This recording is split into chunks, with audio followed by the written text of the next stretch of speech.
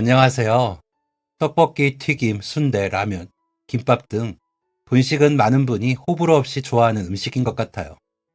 아이부터 어른들까지 분식을 싫어하는 사람은 많이 못 봤거든요. 언제 어디서든 분식을 먹자고 하거나 사들고 갔을 때 다들 환영하는 분위기에 요즘은 그래도 가격이 많이 오르긴 했지만 예전에는 출출할 때 한 끼 때우기에 분식만큼 가성비가 뛰어난 음식이 없었죠. 특히 아이들에게 분식은 떡볶이와 튀김, 순대를 합쳐서 떡튀순이라는 이름으로 부를 만큼 좋아하는 음식인 것 같아요. 어릴 때나 학교 다닐 때를 떠올려 보면 다들 자기가 자주 가던 혹은 좋아하던 분식집 하나쯤은 떠올릴 수 있기도 하죠. 추억의 맛이라고 하면 많은 분이 학교 앞에서 먹던 그 떡볶이 참 맛있었는데 하는 이야기를 하더라고요. 제가 이런 이야기를 더 와닿게 느끼는 이유는 아마 학교 근처에서 분식집을 하고 있어서일지도 모르겠네요. 남편이랑 함께 학교 근처에서 분식집을 하고 있는데요. 원래 저희가 하던 가게는 아주 오래전부터 할머니께서 운영하던 가게였어요. 저희 친할머니는 아니고 제가 이 근처 학교를 나와서 저도 자주 할머니가 운영하던 분식집에서 친구들이랑 이것저것 사 먹곤 했거든요. 할머니는 예전에 사고로 가족들을 잃었는데 그 후로 어린 자식들을 앞세우고 자꾸만 애들이 지나갈 때마다 눈에 밟혔다고 해요. 그러다 마침 이쪽 동네 근처를 지나게 되었는데 아이들이 지나다니는 것을 보고는 여기서 가게라도 하나 하면 애들을 실컷 볼 수 있겠다 생각이 들었다고 하더라고요. 그래서 아이들이 좋아하는 분식집을 차리게 되었고 동네 애들이 찾아갈 때마다 음식도 푸짐하게 주시고 엄청 살뜰하게 잘 챙겨주셨어요. 저는 꽤 어릴 때부터 단골이었는데 나중에 고등학교에 와서는 가게에서 아르바이트 할 정도였죠. 아르바이트라기보다 점점 할머니가 일손도 둔해지시고 몸도 안 좋아지셔서 조금씩 도와드리기 시작한 건데 그냥 일 시켜 먹으면 안 된다면서 용돈을 조금씩 챙겨주시더라고요. 처음에는 자리로 음식을 가져다 주거나 짐을 옮겨드리는 정도였는데 시간이 지나면서 점점 재료 손질도 도와드리게 되고 나중에는 할머니가 조리법을 알려주시면서 음식을 만드는 법도 알려주셨어요. 나는 자식이 없으니까 나중에 더 이상 일을 못하게 되면 이 가게는 너 하라고 장난처럼 말씀하시고는 했는데 그때마다 저는 무슨 소리냐고 할머니 여기서 오래오래 장사하셔야 한다고 장난으로 넘겼어요. 사실 저도 딱히 하고 싶은 일이 있었던 것도 아니고 공부에 큰 뜻도 없었어요. 어릴 때부터 우리 집은 먹고 살기 좀 어려웠던 편이라 괜히 대학 같은 헛바람이 들기 싫었거든요. 또 부모님 사이도 별로 좋지 않아서 집에 있을 때면 매일 싸우는 소리가 귓가를 울렸어요. 물건을 집어던지고 소리를 지르고 그냥 집에 있는다는 자체가 지긋지긋했죠. 그래서 그냥 무엇이든지 적당히 했던 것 같아요. 학교 생활은 착실하게 하지만 공부도 적당히. 학교에서 하는 모든 활동도 그냥 적당히 했던 거죠. 열심히 한다고 크게 알아주는 사람도 없었고, 저에게 열심히 살라고 크게 관심 가져주는 사람도 없었거든요. 뭐 누군가는 그래도 스스로 열심히 살 수도 있지 않냐고 할 수 있는데, 아마도 제가 너무 어렸던 탓에 그냥 관심과 애정이 필요했던 것일지도 모르겠어요. 나는 앞으로 뭘 해야 하나, 잘하는 것도 없고, 우리 집은 나를 도와줄 여력도 없고, 졸업하면 그냥 공장이나 가야 하나 하는 생각을 하고 있었어요. 그런 와중에 그나마 할머니의 분식집에서 일하는 것은 제가 그래도 어딘가에서 쓸모있는 사람이 될 수 있다는 기분을 느끼게 해주더라고요. 또 저는 친가 외가 모두 조부모님들이 어릴 때 일찍 돌아가셨기에 할머니랑 함께 있는 게 너무 좋기도 했고요. 그리고 어릴 때는 슈퍼집 자식이라는 것만 해도 큰 감투인데 분식집에서 일하면서 주변 친구들이 나 놀러 가면 많이 줘 하면서 더 친근하게 굴기도 했고 여러모로 분식집에서 일하는 게 저에게는 매우 즐거운 일이었어요. 고등학교 졸업하고 나서도 딱히 하고 싶은 일이 없어서 그냥 분식집에 온종일 붙어서 일했어요. 학교 앞에 있는 유일한 분식집이다 보니 할머니의 가게는 은근히 손님이 많았거든요. 그러다가 가게가 있는 라인이 재개발로 인해서 공사를 한다는 이야기가 나왔어요. 나이도 있으시고 할머니가 이제 장사를 그만하시려나 아쉽다는 생각과 함께 나는 앞으로 뭘 하면 좋지 하는 생각이 들더라고요. 그런데 할머니는 오히려 잘 됐다면서 어차피 분식집이 오래되기도 했고 이참에 좀 말끔한 곳으로 이사를 하여도 좋겠다고 하는 거예요. 앞으로 뭐 해야 하나 눈앞이 캄캄했는데 잘 됐다는 생각이 들었죠. 그렇게 할머니는 가게를 알아보신다고 바쁘셨고 저는 바쁜 할머니 대신 할머니가 기르던 강아지랑 텃밭을 돌보는 일을 담당했어요. 그쯤 할머니랑 엄청나게 친해져서 집에도 자주 놀러가고 했었거든요. 할머니는 집에 초대해서 분식 외에 이것저것 맛있는 요리도 많이 해주셨어요. 집에서는 크게 사랑도 못 받고 아무도 관심도 가져주지 않았는데 그래서 할머니와 함께하는 게 좋았던 것 같아요. 맛있는 요리를 해주시고 학교 생활은 어떠냐 관심도 가져주시고 집에 놀러오면 귀여운 강아지도 있고 예쁜 텃밭도 있고요. 제가 해야 할 일들을 항상 맡겨주시고 그 일이 잘 되어가는지 봐주시면서 잘했다고 재능 있다고 칭찬을 아끼지 않으셨어요. 할머니랑 일하지 않았다면 매일 그저 그렇게 살았을 제 인생이 그래도 조금씩 달라지고 있었어요. 그리고 얼마 후 할머니가 학교 뒤편 새로 들어오는 상가에 가게를 구했다고 했어요. 계약까지 마치고 며칠을 할머니랑 집기들을 깨끗하게 닦고 또 닦았어요. 그 사이 가게는 음식을 하기 위해 이런저런 설비랑 인테리어가 필요해서 사람들이 왔다 갔다 했어요. 그리고 거기서 저는 제 남편을 만났죠. 남편은 가게 내부의 컬러를 바꾸기 위해 불렀던 페인트 칠하는 아저씨의 보조였어요. 처음 페인트통과 도구를 잔뜩 들고 가게로 들어왔을 때 제 또래의 남자애가 작업자로 와서 깜짝 놀랐죠. 아니, 이렇게 어린애가 작업을 한다고? 하면서 깜짝 놀랐는데요. 나중에 들어보니 남편도 아니, 이 나이에 분식집 사장님이라고? 아직 애 같은데? 엄청 부잣집 딸인가? 하면서 놀랐다고 하더라고요. 얼마 지나지 않아 저는 할머니가 남편은 작업반장님이 오면서 오해가 풀렸어요. 페인트가 여기저기 튄 옷을 입고 반장님을 따라다니면서 열심히 일하는 모습을 보고 솔직히 조금 멋있다는 생각이 들었어요. 저는 딱히 잘하는 것도 하고 싶은 것도 없는 사람인데 저 나이에 벌써 기술을 배우기 위해 사람들을 따라다니면서 일하다니 대단하다 싶었거든요. 물론 키 크고 얼굴이 좀 잘생긴 것도 있었어요. 여중 여고를 졸업해서 분식집 일하면서 동네 남자애들 구경하는 게 전부였는데 그 중에서도 남편은 제가 그동안 동네에서는 보지 못했던 비주얼이었거든요. 큰 키에 듬직한 덩치. 그러면서 피부는 또 하얘서 말만 하지 않으면 어디 부잣집 도련님 같았어요. 작업하는 동안 음료수도 챙겨주고 할머니가 만들어준 간식도 챙겨주면서 저랑 남편이랑 조금씩 친해졌어요. 요즘 애들 말로 하면 작업 건다고 해야 하나요? 일하는 분들을 살뜰히 챙겨주는 것 같았지만 사실 제 마음속에는 딴 생각이 있었죠. 그렇게 열심히 작업을 걸었는데 남편의 생각은 도통 알 수가 없었어요. 나한테 관심이 있는 건지 없는 건지 전혀 모르겠더라고요. 말도 잘 통하는 것 같고 먼저 와서 인사도 해주고 나중에 같이 이 앞에 산책이나 하러 가자니까 좋다고 하긴 하는데 대체 나한테 관심이 있었기에 그러는 건지 아니면 예의상 그렇게 대답을 하는 건지 너무 어렵더라고요. 저도 연애를 해본 적이 없이 만화책과 드라마로만 배웠기에 더 어려웠던 것 같기도 해요. 페인트 작업이 끝나고 이제는 이렇게 만날 기회도 없겠구나 하며 아쉬워하고 있었어요. 그동안 고생 많았습니다. 안녕히 계세요. 하고 인사를 하면서 돌아서는 남편 등을 보는데 핫딱지가 나더라고요. 아니, 내가 이 정도로 했으면 솔직히 누가 봐도 관심 있는 것을 다 알았을 텐데 저렇게 쌩하니 예의 차리는 인사나 하고 돌아서는 것을 보니까 그냥 나한테는 관심이 전혀 없나 보다 싶어서 막 열불이 났어요. 그래서 저도 다른 작업자분들에게는 살뜰하게 인사를 하고 남편한테만 쌀쌀맞게 대답하고는 돌아섰어요. 내 첫사랑은 이대로 끝이구나 하고 있는데 갑자기 뒤에서 남편이 저를 부르더라고요. 셀쭉한 표정으로 뒤를 돌아보니 어색한 표정의 남편이 어정쩡한 자세로 서 있었어요. 저는 무슨 일이냐고 냉랭하게 말하고 남편을 쳐다봤는데 의외의 대답이 들려왔죠. 지난번에 가자고 했던 산책이요. 내일 갈 수 있어요? 연애하자고, 결혼하자고 하는 이야기도 아니었는데 정말 심장이 미친 듯이 뛰었어요.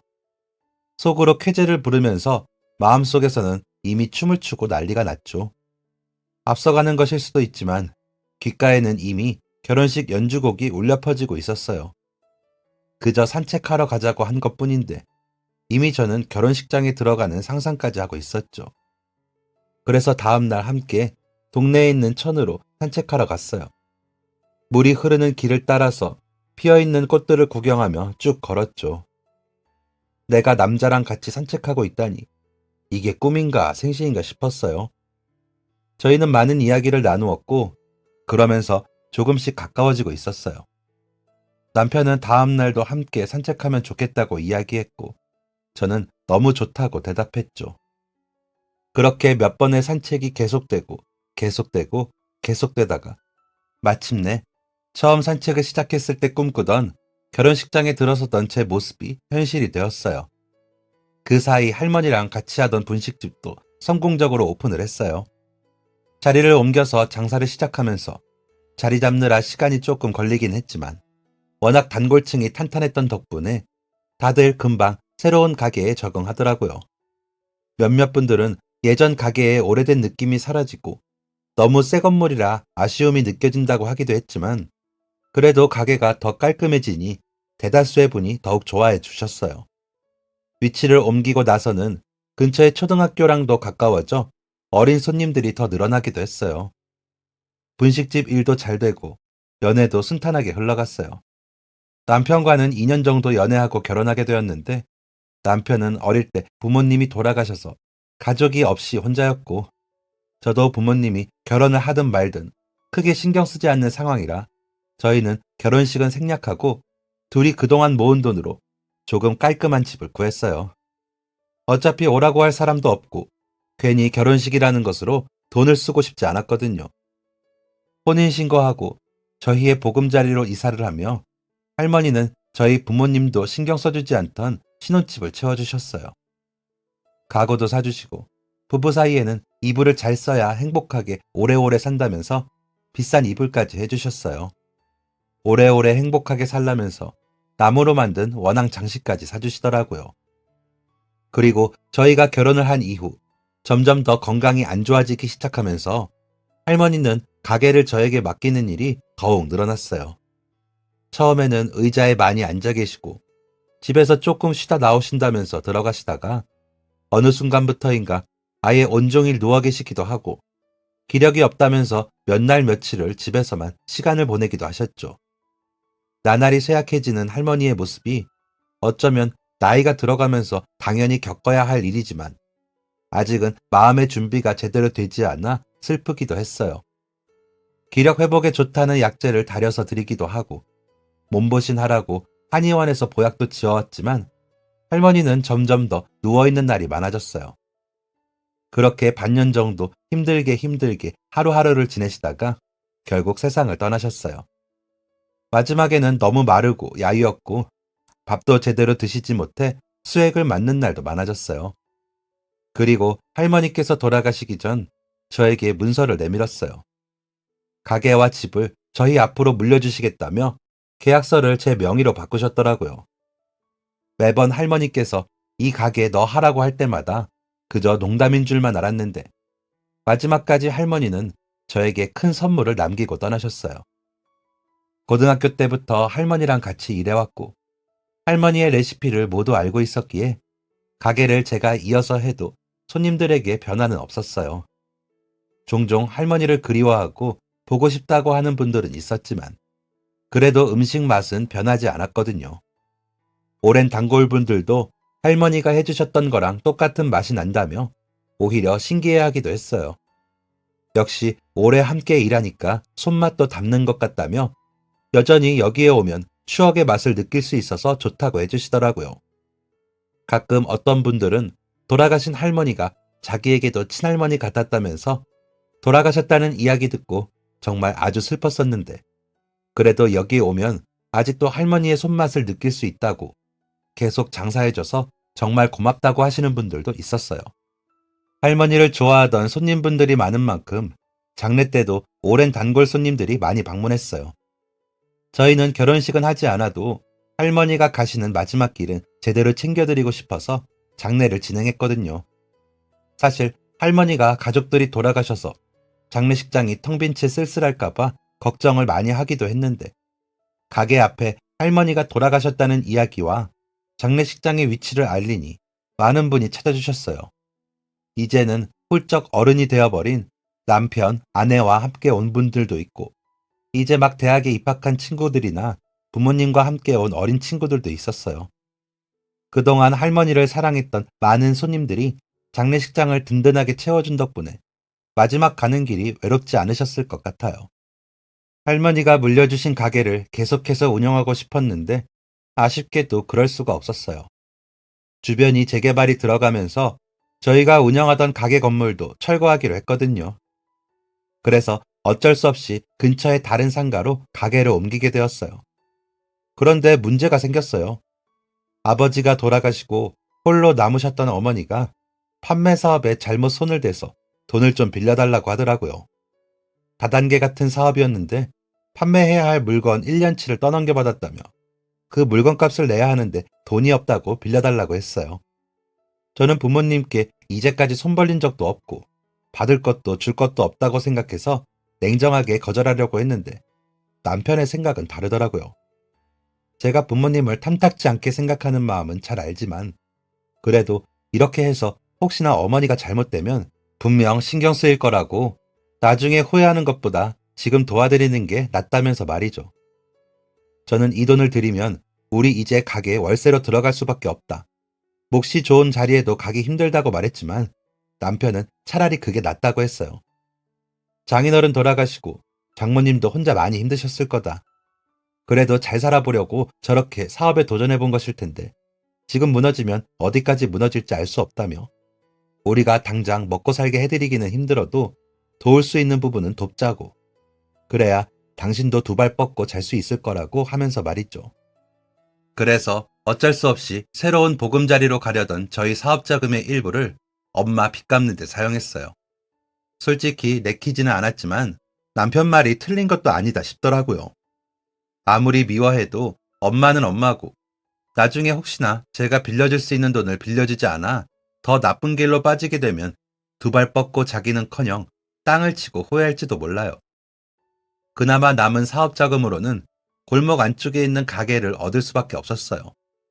동네가 변화하면서 주변 건물 시세가 워낙 올라가 고민이 많았는데 다행히 착한 가격대의 가게를 찾을 수 있었어요. 가게 위층과 주변이 원룸 건물이라서 그나마 사람들이 오가는 골목이었고 초등학교에서도 멀지 않은 곳이라서 그래도 매출이 완전히 떨어진 편은 아니었어요.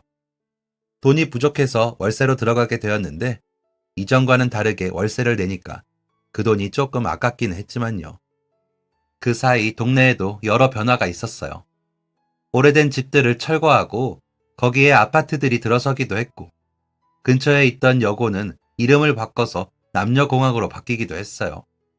아파트들이 들어서면서 어린이집도 이전보다 늘어났고 손님층도 예전에는 주로 여고생들이 많았다면 요즘은 어린 초등학생부터 엄마 손잡고 오는 유치원생과 어머니들이 늘어났어요. 다만 동네가 변화하다 보니까 주변에는 말끔한 디자인이나 새롭고 다양한 메뉴들이 많은 다른 분식집들이 늘어나면서 경쟁이 더 치열해지기도 했죠. 그래도 여전히 할머니의 손맛을 떠올리며 가게가 이전했는데도 저희를 찾아주는 분들이 있었어요. 이제는 어린아이의 엄마 아빠가 된 분들도 있었죠. 저희는 컵떡볶이랑 슬러시를 판매하고 있어서 초등학생 손님들이 꽤 많았어요. 부모한테 받은 용돈을 들고 학교 끝나고 신나서 친구들이랑 한 손에는 떡볶이, 다른 손에는 슬러시를 들고 해맑게 웃는 아이들의 얼굴을 보면 저절로 행복해지더라고요. 저희에게 아이가 없어서 그런가 이상하게 아이들 웃는 얼굴이 너무 좋았어요. 할머니도 이런 마음으로 분식집을 운영하셨겠구나. 제가 나이가 들기 시작하니 이제는 그 마음을 헤아릴 수 있게 되었죠. 결혼한 지 꽤 오랜 시간이 되었지만 저희는 아이가 없었어요. 일부러 가지지 않으려던 것은 아니고 저와 남편에게는 가족복이 없는지 아이가 잘 생기지 않더라고요. 한번 임신하기는 했는데 엄마 일 때문에 스트레스를 많이 받아서 그런지 그맘때쯤 유산을 했어요. 남편도 저도 새로운 가족을 맞을 준비를 언제나 하고 있었는데 도통 아이가 생기지 않더라고요. 병원을 찾아볼까도 했지만 남편은 저희가 준비되면 자연스럽게 생길 거라면서 난임센터 다니는 분들 이야기를 들어보니 그 과정도 보통이 아니고 몸에도 무리를 준다면서 우리는 그냥 천천히 기다려보자고 했어요. 만나게 될 아이라면 언제든 찾아올 거라면서요. 그래서 어린 친구들이 손님으로 오면 뭔가 더 잘 챙겨주게 되었던 것 같아요. 우리가 그때 아이를 낳았다면 저 나이쯤 되었을까? 우리 애는 어떤 아이였을까? 이런저런 생각을 하게 되거든요. 그런데 그 많은 아이 중에서도 얼마 전부터인가 유독 눈에 들어오는 아이가 있었어요. 친구들이랑 같이 놀러왔던 아이였는데요. 초등학생 4, 5학년쯤 되어 보였는데 그날 아이들은 용돈을 받았는지 떡볶이에 튀김, 순대, 그리고 각자 슬러시까지 시켜서 자리에 앉더라고요. 용돈 받았다고 잔뜩 시키는 모습이 예쁘고 귀여워서 저는 일부러 평소보다 더 넉넉하게 음식을 퍼담아서 가져다 주었어요. 인원수에 맞게 어묵을 담아서 어묵 국물까지 서비스로 주었고요. 그걸 보더니 너무 좋아하면서 감사합니다 하고 우렁차게 대답하는 아이들을 보니까 제 기분도 좋아지더라고요. 그런데 뒤늦게 책가방을 잔뜩 들고 온 한 아이가 있었어요. 그 애는 가방을 내려놓더니 한쪽에 자리를 잡고 앉았어요. 무슨 상황인가 싶었지만 제가 불쑥 물어볼 것은 아닌 것 같아 그냥 조용히 있었죠. 그 뒤늦게 온 아이는 자기도 음식이 먹고 싶은지 그 자리에서 하염없이 테이블 위에 놓인 음식이 아이들 입에 들어가는 것을 쳐다보더라고요. 무슨 사정이라도 있어서 안 먹는 건가 싶어서 자꾸만 그 테이블이 신경 쓰였어요. 그러자 아이가 테이블의 다른 아이들 눈치를 보더니 고심 끝에 말을 꺼냈어요. 나도 딱 한 입만 먹으면 안 돼? 그러자 누군가 뭐? 야, 너 돈 있어? 너 돈 없잖아. 이거 우리 다 같이 사 먹는 거야. 돈도 없으면서 먹는다고 그래. 안 돼. 먹고 싶으면 너도 돈 내. 하면서 쌀쌀맞게 거절하더라고요. 그러자 아이는 가방 들어다 주면 한 입 준다고 했잖아. 라며 풀이 죽은 목소리로 이야기했어요. 그때야 아이가 돈이 없어서 혼자 먹지 않고 있었구나 눈치를 챘어요. 기가 차더라고요. 일부러 애들이 사 먹는다고 양도 넉넉하게 주고 어묵까지 서비스로 줬는데 저 녀석들이 떡볶이 몇 입으로 저렇게 갑질을 하다니 보는데 화가 났어요. 저도 모르게 어린 애들한테 화가 나서 씩씩거리면서 한마디 할까 싶었는데 남편이 그런 저를 봤는지 조용히 제 손을 잡더라고요. 그러더니 잠시 뒤 남편은 시무룩해 있는 아이에게 다가갔어요. 너구나. 아이고, 언제 오나 했네. 어제 온종일 기다렸잖아. 얼른 이리 오렴.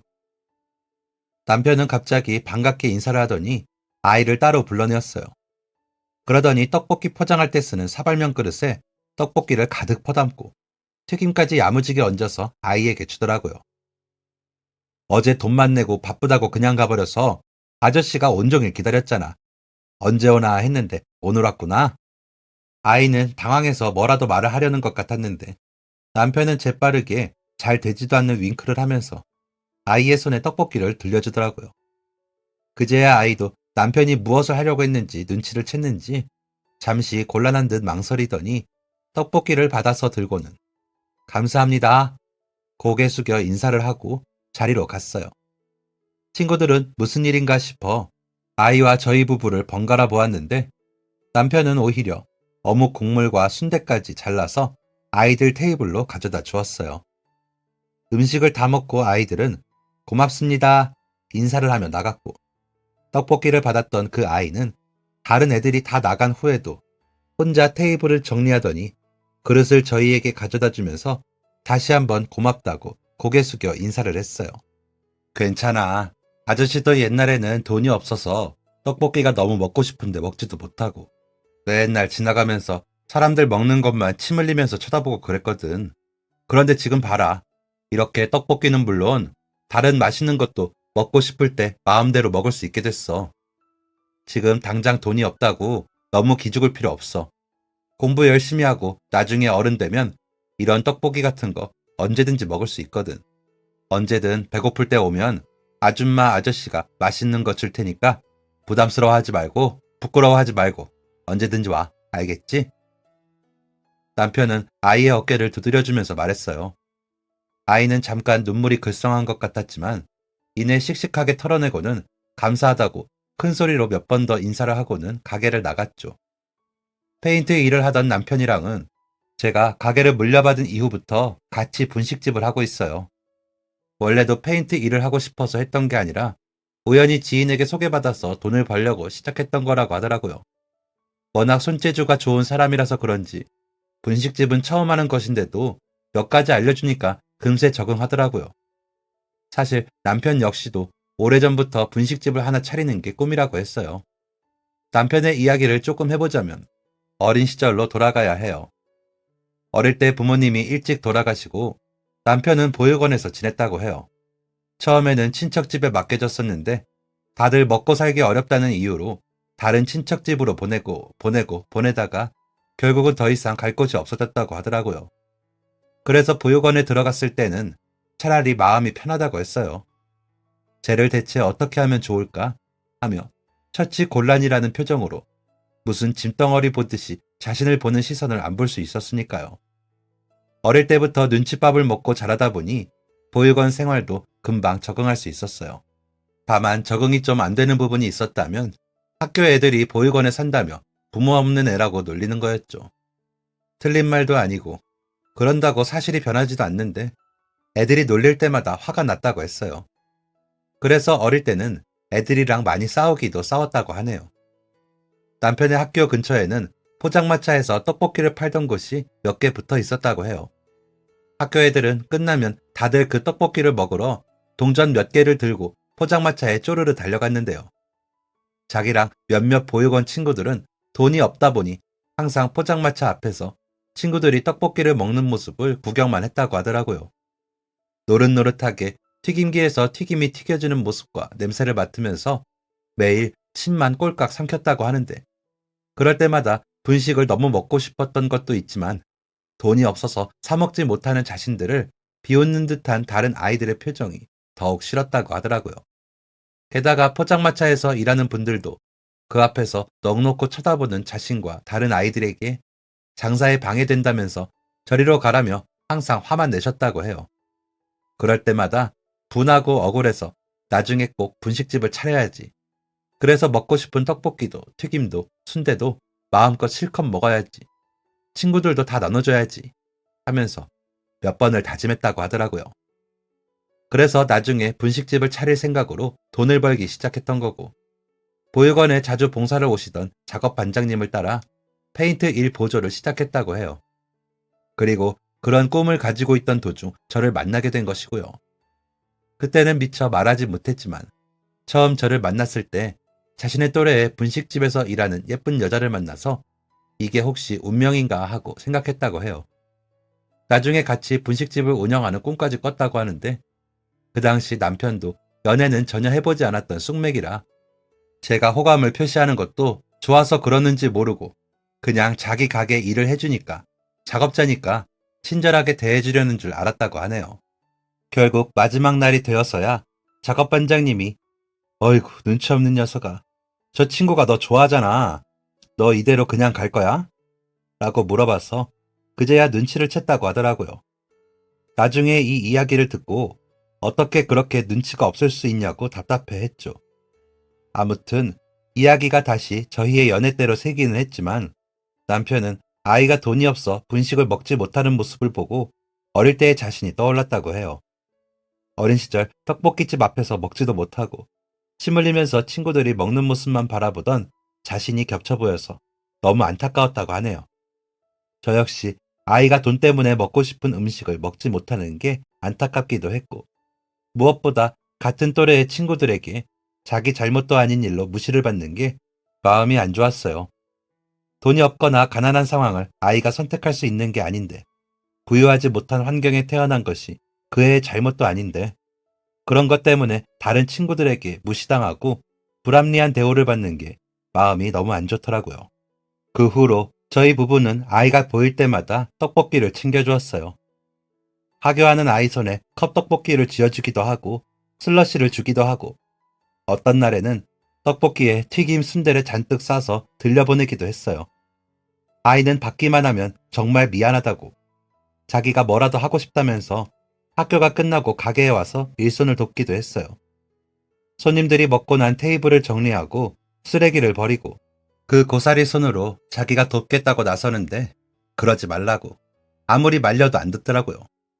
이렇게라도 해야 자기가 좀 더 편하게 먹을 수 있다면서 고집을 부렸어요.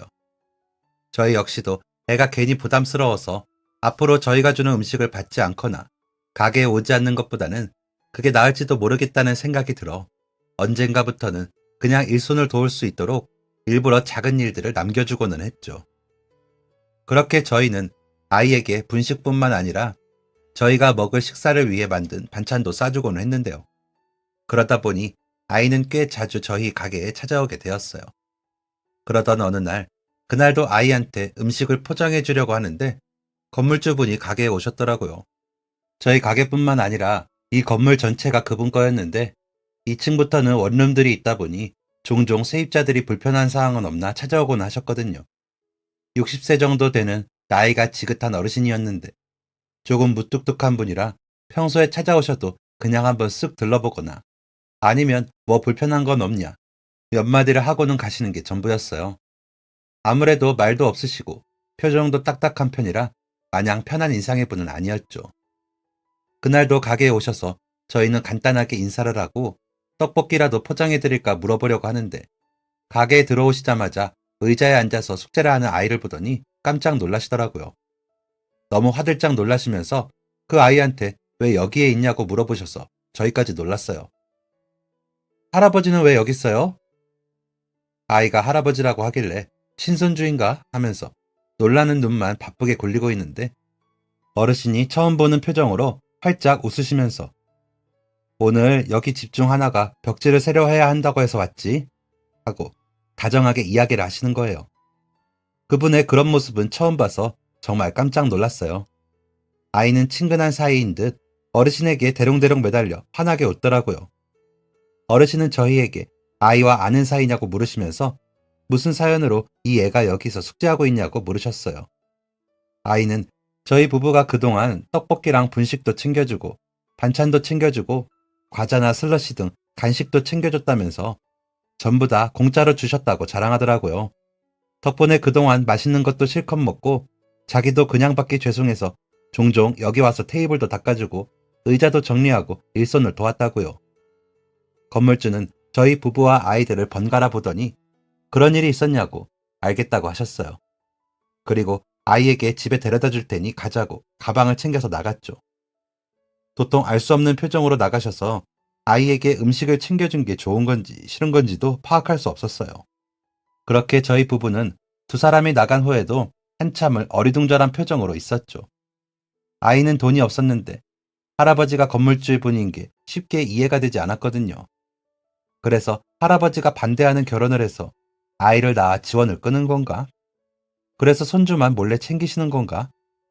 상황을 이해해보려 머리를 맞대고 이런저런 상황을 상상해 보았어요. 그 후 전 세계를 공포로 몰아넣은 코로나가 터졌어요. 초반에는 그냥 독감처럼 잠깐 유행하다 말겠지 싶었는데 시간이 갈수록 점점 심각해지더라고요. 특히 근처 학교의 학생들과 어린이집에 오가는 학부모님들이 주로 고객층을 이루었던 저희 가게는 매출이 급격히 떨어지기 시작했어요. 아이들이 학교와 어린이집에 오지 않으니 손님은 자연스럽게 줄어들 수밖에 없었죠. 게다가 매장에서 식사하기도 어려워지다 보니 더욱 어려워졌어요. 저희 가게는 공간이 좁은 편이라 테이블 사이의 간격도 좁은 편이었는데 그랬더니 사람들이 더더욱 찾지 않게 되었거든요. 다른 가게들처럼 배달에 뛰어들까 생각도 해보았지만 수수료가 만만치 않았어요. 지금 매출로는 수수료를 떼고 나면 남는 게 있을까 싶은 정도였죠. 당장 가게를 확장할 비용도 없고 광고나 마케팅할 비용도 없고 한마디로 이러지도 저러지도 못하는 진퇴양난이었어요. 그런 와중에 심지어 큰돈이 들어갈 일까지 생겼어요. 엎친 데 덮친다는 표현을 이럴 때 쓰는 건가 싶을 정도였죠. 건강검진 기간이라 남편이랑 같이 검진받았는데 건강에 이상이 발견됐어요. 유방 쪽에 문제가 생겼죠. 암이요. 사실 그 전해에 제가 바쁘다는 핑계로 검진을 미뤘거든요. 이래서 건강은 꾸준히 관리를 해야 한다는 말이 있나 봐요. 병원에서는 수술을 권했고 가능하면 빠르게 진행하는 게 좋다고 했어요. 이게 무슨 청천벽력인가 싶었죠. 수술비에 입원비까지 눈앞이 캄캄해졌어요. 지금 1년 가까이 월세도 겨우 낼 정도로 매출이 바닥을 치고 있는데 병원비는 어떻게 마련해야 하나 아찔했죠. 수술 받지 말까? 지금까지 큰 이상 없잖아. 내가 당장 너무 아파서 일상을 제대로 못하는 것도 아니고 그냥 이렇게 지내면. 여보, 무슨 말도 안 되는 소리야. 병원에서 하루라도 빨리 수술을 해야 한다잖아. 다른 것도 아니고 몸이 아픈 건데 그걸 어떻게 미뤄.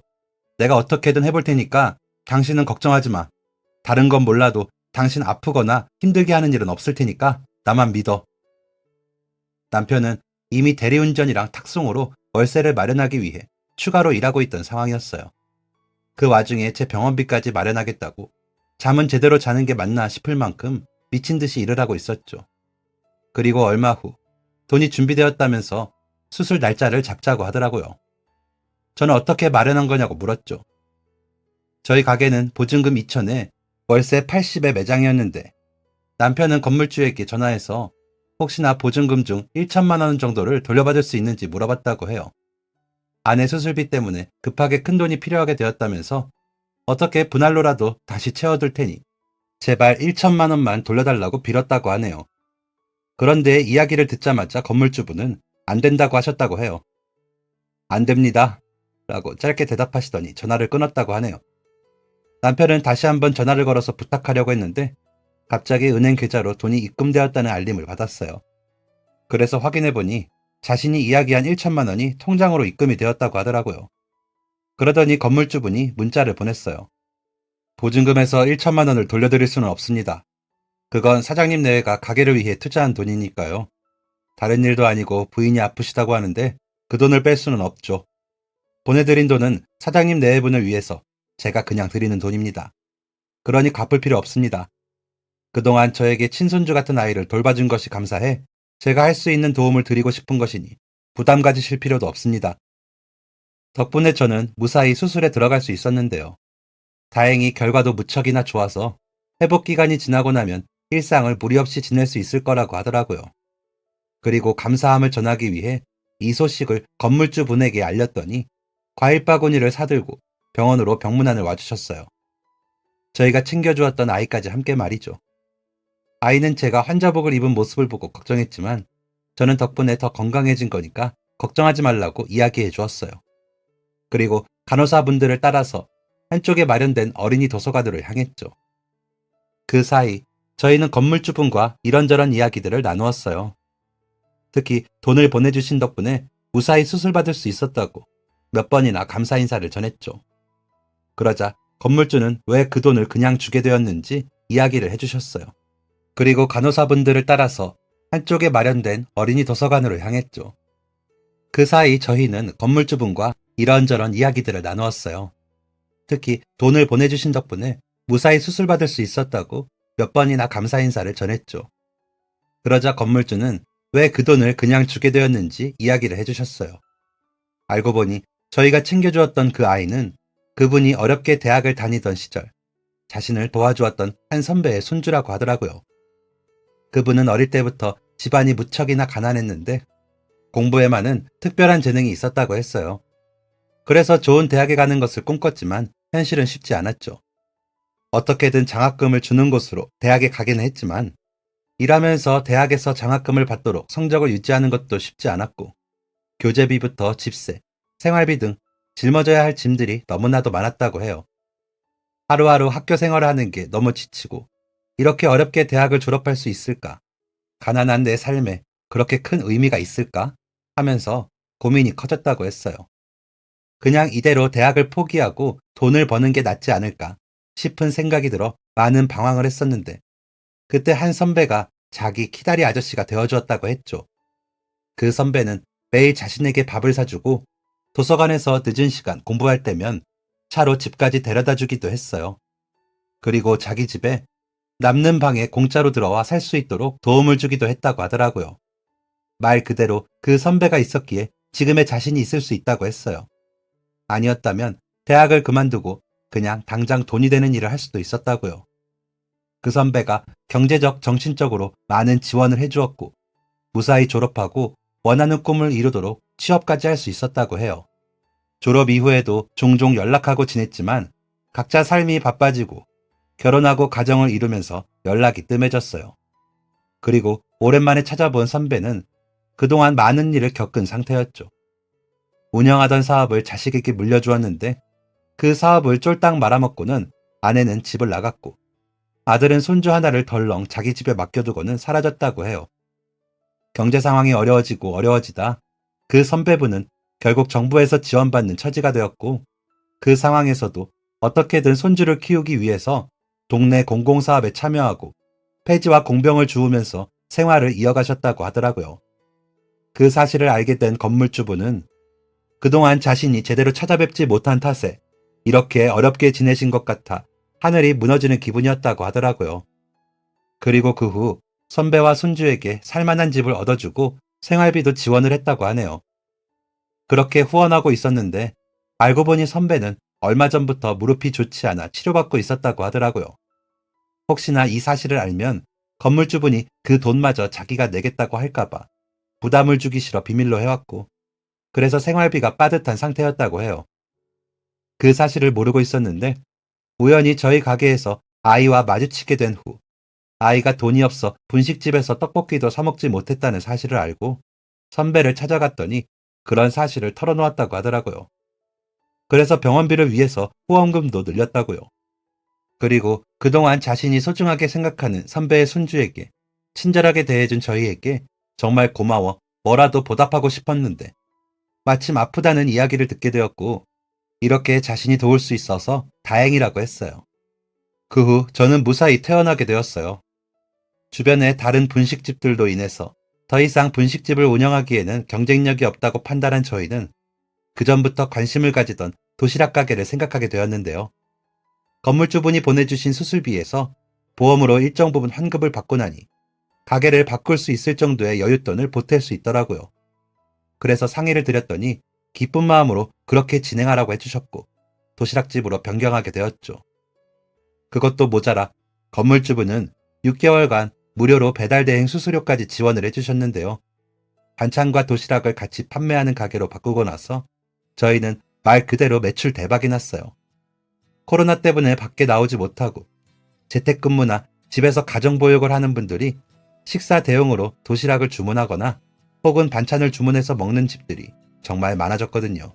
또 근처 병원이나 사무실에서도 밖에 외출해서 식사하기 어려워지다 보니 식사 시간에 아예 한 달씩 도시락을 신청하는 곳들도 많아졌어요. 재료부터 구성까지 꼼꼼하게 챙긴 덕분에 저희 가게 도시락과 반찬은 코로나가 끝나갈 때쯤에도 입소문이 파다하게 나서 꾸준히 매출을 유지하고 있는데요. 저희도 다른 이의 도움을 받아 이렇게 성공적인 도시락집을 운영하게 된 것이다 보니 저희가 받은 감사한 기회를 돌려드리고 싶더라고요. 그래서 동네 어르신들과 생활이 어려운 아이들을 위해서 도시락 정기 나눔을 하고 있는데요. 저희 가게도 앞으로 쭉 잘 되고 앞으로도 이렇게 많은 분들을 도우면서 오순도순 남편과 행복하게 살 수 있으면 좋겠네요. 지금까지 사연 들어주셔서 감사합니다. 사연이 재밌으셨다면 구독과 좋아요를 눌러주세요. 감사합니다. 안녕히 계세요.